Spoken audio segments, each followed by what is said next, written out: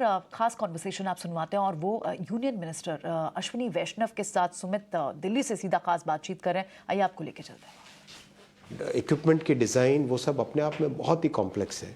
Applied materials उसमें leader है दुनिया का, तो वो इंडिया में आना, वो भारत में आना, उनका भारत में आना और भारत में $300 मिलियन का इन्वेस्टमेंट करके इक्विपमेंट की डिज़ाइन और मैन्युफैक्चरिंग करना बहुत बड़ा अचीवमेंट है। तीसरा, लैम रिसर्च। लैम रिसर्च एक ऐसी कंपनी है जो बहुत ही इनोवेटिव कंपनी है।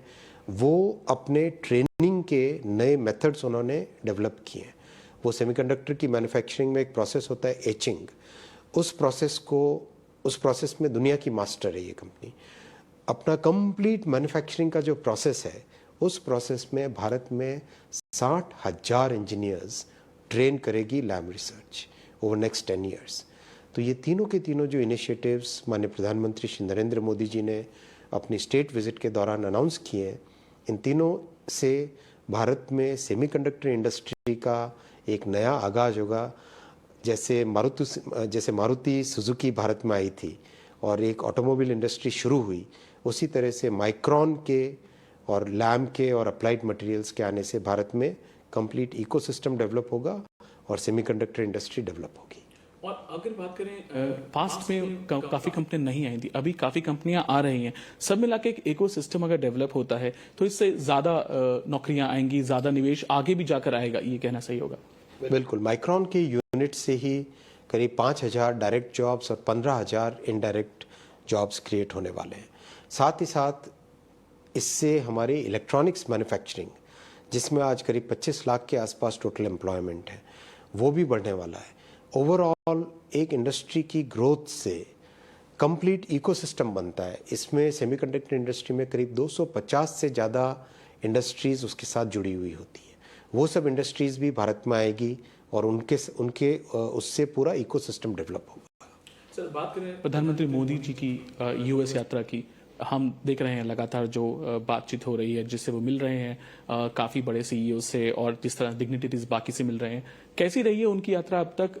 अगर हम बात करें कि निवेश लाने को भारत में, खासकर इलेक्ट्रॉनिक्स और आईटी को लेकर।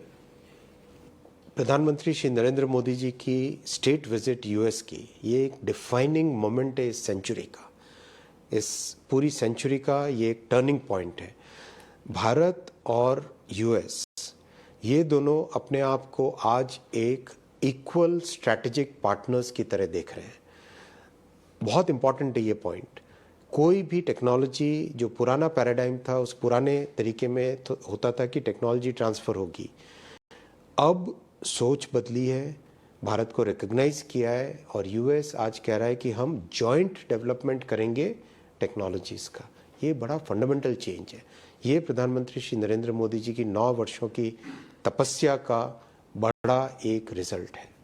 आपके कुछ जो प्रयास थे वो काफ़ी सक्सेसफुल हुए हैं, पीएलआई इसमें से एक है। सेमीकंडक्टर्स के लिए बाकी आप प्रयास भी कर रहे हैं, आगे जाकर जरूरत पड़ी तो और भी आप ऐसे प्रयास करते रहेंगे, यानी कि आप और ज्यादा इंसेंटिव्स देंगे या सॉफ्ट देंगे जरूरत पड़ी तो?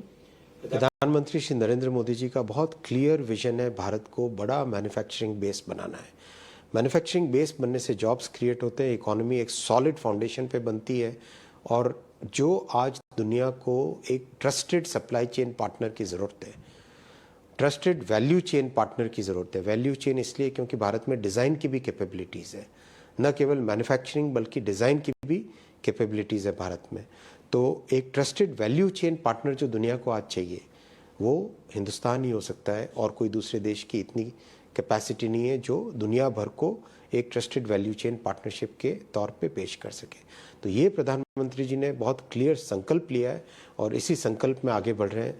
आज जो 14 सेक्टर्स में ग्रोथ हुई है जहाँ पे पीएलआई लागू हुई, इसके अलावा और भी बहुत सारे सेक्टर्स में बहुत ही सिग्निफिकेंट ग्रोथ हुई है। ये ग्रोथ आगे भी देखने को मिलेगी।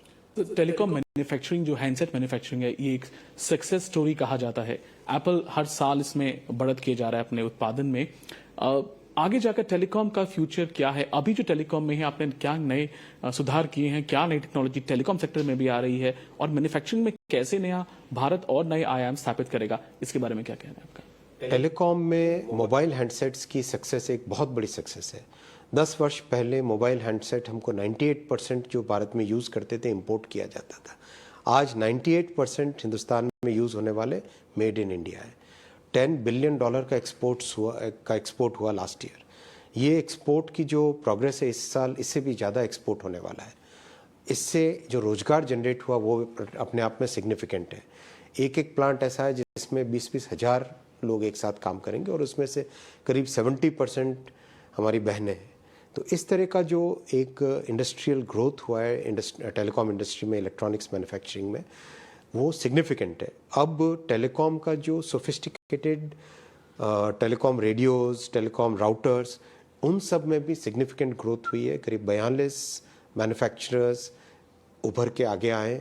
उनमें से 2 ऐसे भी हैं जिन्होंने अमेरिका जैसे देश को एक्सपोर्ट करना चालू कर दिया है। शुक्रिया जी बातचीत के लिए हमसे, धन्यवाद। धन्यवाद।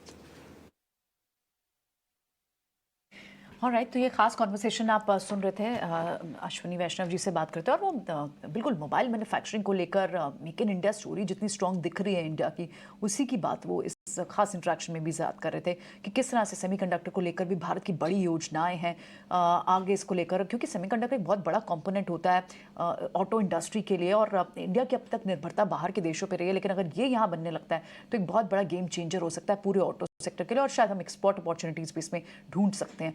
माइक्रोन अगले 18 महीनों में शुरू करने वाला है। बड़ी बड़ी कंपनियां यहाँ पर आ रही हैं और मैन्युफैक्चरिंग शुरू करना चाहती हैं, बड़ी कंपनियां यहाँ से हाथ मिलाना चाहती हैं। चलिए, ये पूरी कॉन्वर्सेशन